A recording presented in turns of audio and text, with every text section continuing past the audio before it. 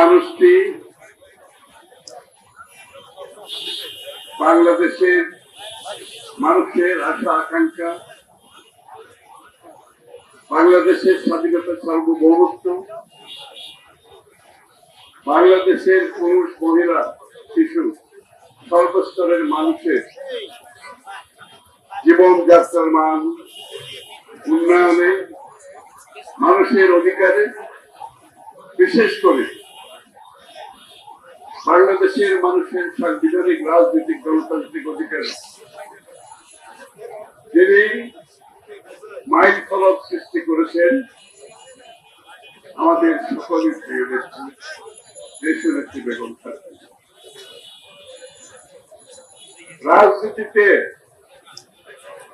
এমন এমন সময় আসে, আপনারা যারা এখানে বসে আছেন, ওই সময়টুকুতে টিকে থাকতে যারা পারে, ওই কঠিন সময় অতিক্রম করে যারা পার হতে পারে, যারা চাপ নিতে পারে, যারা যন্ত্রণা নিতে পারে, যারা নিপীড়ন নির্যাতনের শিকার হয়েও সামনের দিকে এগিয়ে চলে, তারাই হচ্ছে বাংলাদেশের মানুষের সত্যিকারের হৃদয়ের মধ্যে দেশনেত্রী বেগম খালেদা জিয়া। উনি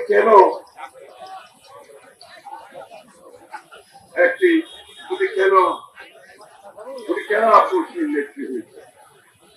এই আপসহীন নেত্রীর কারণে কিন্তু বাংলাদেশ আজকে এখানে। ওনার যদি ওই মুহূর্তগুলোতে যেই ধরনের চাপ সৃষ্টি হয়েছে, ওই চাপে কিন্তু অনেকে ভেঙে গেছে, ওই চাপের প্রতি তারা নতি স্বীকার করেছে। অনেক রাজনৈতিক দল, আমার বলার দরকার নেই, আপনারা বুঝতেছে, এটা একজন ব্যক্তি কোন চাপের মুখে নতি স্বীকার করে। আমাদের বাইরে অনেকে নতি স্বীকার করেছে, জেলখানার ভিতরেও নতি স্বীকার করেছে, জেলে গিয়ে ওখান থেকে নতি স্বীকার করে বেরো হয়ে আসে, আমাদের চোখের সামনে আমরা দেখি। একজন মানুষ নতি স্বীকার করেন, ওরা নতি স্বীকার না করার কারণে আমরা শক্ত হয়ে সেদিন দাঁড়িয়েছিলাম ওনার পেছনে। উনি যদি দাঁড়াতেন, আমরা তো দাঁড়াতে পারতাম।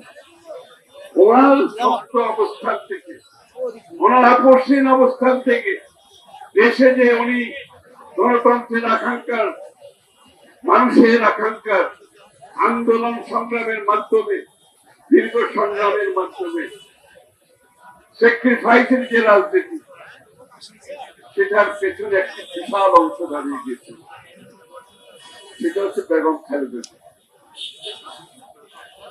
আমার সবচেয়ে আজকে আনন্দ লাগছে, এই নেত্রী যাকে ধ্বংস করে দেওয়ার জন্য, তাকে জীবন নাশের জন্য সব প্রচেষ্টার পরেও সবকিছু অতিক্রম করে বাংলাদেশের সবচেয়ে জনপ্রিয় নেত্রী হিসেবে উনি উঠে এসেছে। মৃত্যুর আগে, মৃত্যুর পরে বাংলাদেশের মানুষ সেই স্বীকৃতি দিয়েছে। ওই স্বীকৃতির মাধ্যমে উনি বিদায় দিয়েছেন আমাদের কাছ থেকে। এটা হচ্ছে আমাদের জন্য সবচেয়ে আনন্দের বিষয়।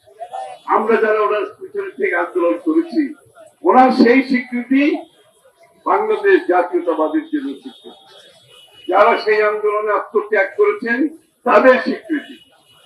আমাদেরকে এটা মাথায় রাখতে হবে, ধারণ করতে হবে। এটা ভুলে গেলে চলবে না। আজকে দল ক্ষমতায় আসছে, জীবন সব সহজ হয়ে গেছে, এটা মনে করার কোনো কারণ নাই। আমাদেরকে সেটা ধারণ করতে হবে। ধারণ করে আগামী দিনে বাংলাদেশের রাজনীতিতে, দেশের মধ্যে স্থিতিশীলতা নেই, বাংলাদেশের মানুষের ভাগ্য পরিবর্তনে আমাদের প্রধানমন্ত্রী, মাননীয় প্রধানমন্ত্রী জনাব তারেক রহমান সাহেব যে কর্মসূচি পালন করার সিদ্ধান্ত নিয়েছেন, যেটা এগিয়ে যাচ্ছেন, আমরা সবাই মিলে সেটাকে যদি বাস্তবায়ন করতে পারি, তাহলে দেশনেত্রী বেগম খালেদা জিয়ার জীবন সার্থক হবে, ওনার আত্মত্যাগ সার্থক হবে।